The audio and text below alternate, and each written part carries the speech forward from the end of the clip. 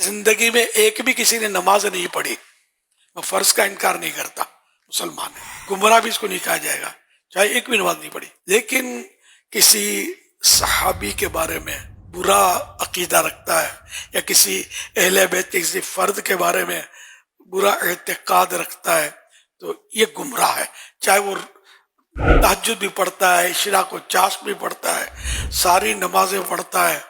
پیشانی پر داغ بھی سجدے گا اور پیری مریدی بھی، اور بھلے کوئی بھی اس کو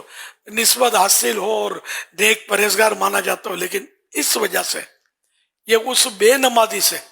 یہ بدترین شخص ہے کہ جو ان حضرات میں سے کسی سے بغض رکھتا ہے، عناد رکھتا ہے۔ اللہ پاک ہمیں صحابہ اہل بیت کی محبت پر قائم رکھے اور انہی کی محبت پر خاتمہ کرے۔ کبھی بھی میری آپ سے درخواست ہے کہ کوئی ایسا فرد جو کسی صحابی یا اہل بیت کے کسی فرد سے بغض و عناد رکھے، ان پر تنقید کرے، آج کل کرتے ہیں تنقید، خاص کر سیدنا امیر معاویہ رضی اللہ عنہ کے بارے میں بڑا ہائی لائٹ ہوئے ہیں۔ اس طرح کے لوگ، داڑھی بھی ہوگی، بڑا تقریریں بھی جھاڑتے ہوں گے اور مطلب سب کچھ کرتے ہوئے، لیکن سیدنا امیر معاویہ رضی اللہ عنہ کے بارے میں یہ بک بک کرتے ہیں۔ تو ایسوں کی گلی سے بھی نہیں گزرنا، ان کی آواز کان میں پڑے تو کان بند کر لینا، کہ خدا نہ کرے صحابہ اہل بیت کی محبت کی شمع جو روشن ہے ہمارے دل میں وہ کہیں مدھم نہ پڑ جائے، یا خدا نہ خواستہ کہیں یہ بجھ نہ جائے۔ خطرہ، بہت خطرہ۔ تو یہ بالکل 440 واٹ یہ مثال ہے، یہ تو کروڑوں واٹ کا سمجھو خطرہ ہے اس میں۔ تو کبھی ایسوں کے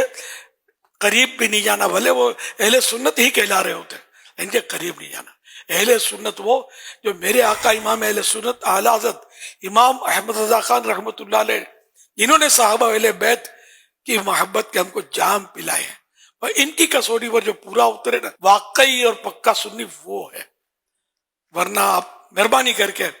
کسی کی آستانے کی چمک دمک، کسی کی تقریر کی مطلب رمق اور تم تراق اور